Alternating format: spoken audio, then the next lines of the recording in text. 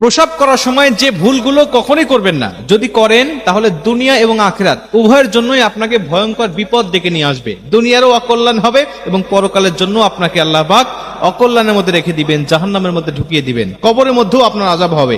এজন্য পেশাব করার সময় বা প্রস্রাব করার সময় আপনি সতর্ক থাকবেন এই বিষয়গুলো মেনে নেওয়ার জন্য। 1 নম্বরে, আপনি কখনো কোনো গর্তে প্রসাব করবেন না। আল্লাহ রাসূল সাল্লাল্লাহু আলাইহি ওয়াসাল্লাম হাদিসের মধ্যে বলেন যে গর্তের মধ্যে বিভিন্ন জিনেরা বসবাস করে, বিভিন্ন দুষ্ট জিন বা ভালো জিন, এই সমস্ত জিনগুলো সেখানে থাকে, তারা বসবাস করে।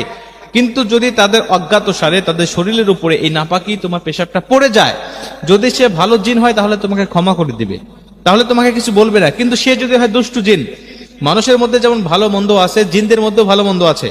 মানুষের মধ্যে ভালো মানুষ আছে যারা মানুষকে ক্ষমা করে দেয়, আবার কিছু মানুষ আছে সামান্য ভুলের জন্য মানুষের উপর অ্যাকশন নেয়, তার প্রতিশোধ নেওয়ার চেষ্টা করে।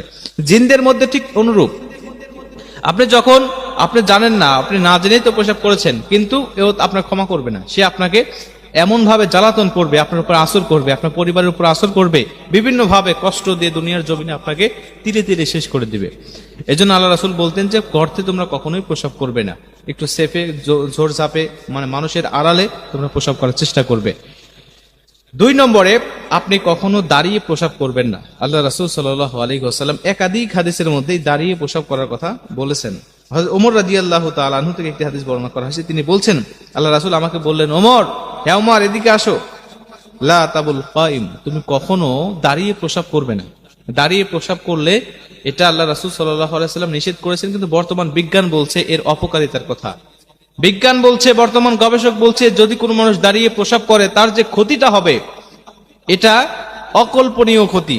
আল্লাহ রাসূল সাল্লাল্লাহু আলাইহি ওয়াসাল্লামের হাদিসগুলো বিজ্ঞানরা প্রতিগুলোই এখন গবেষণা করছে, প্রায় হাদিসগুলো গবেষণা করে দেখছে যেটাতে আল্লাহ রাসূল করতে বলেছেন এর মধ্যে কল্যাণ আছে, যেটা নিষেধ করেছেন এর মধ্যে অকল্যাণ রয়েছে। দাঁড়িয়ে যদি আপনি প্রসাব করেন, আপনার শরীর নোংরা হওয়াটাই স্বাভাবিক, আপনার শরীরে নাপাকি লেগে যাবে।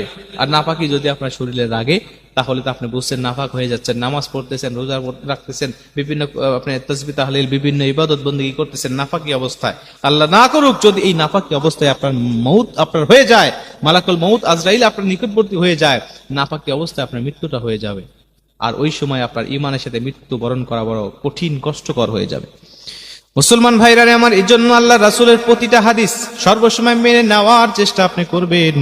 3 নম্বরে আল্লাহ রাসূল সাল্লাল্লাহু আলাইহি ওয়াসাল্লাম বলেন, পেশাব থেকে সবসময় তুমি পবিত্রতা থাকার চেষ্টা করবা। এ মুসলমান, আমরা অনেক মানুষ আছি এরকম, পেশাব করার পরে ঢিলা কুলুপ ব্যবহার করার কোনো তাওয়াক্কা তো করে না, অনেক মানুষ পানি পর্যন্ত ব্যবহার করে না।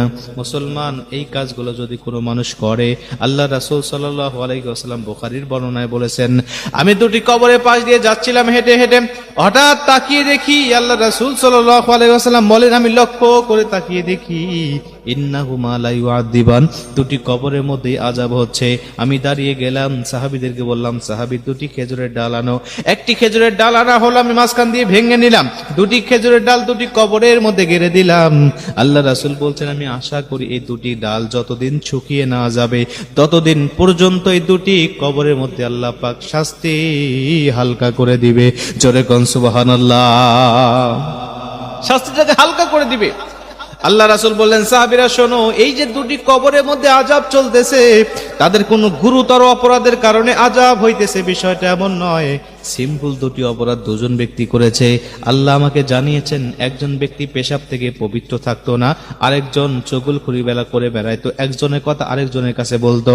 এই যে 2জন মানুষের মধ্যে কবরের মধ্যে আযাব হচ্ছে, তার মধ্যে 1ম নম্বরে সে পেশাব থেকে পবিত্র থাকতো না।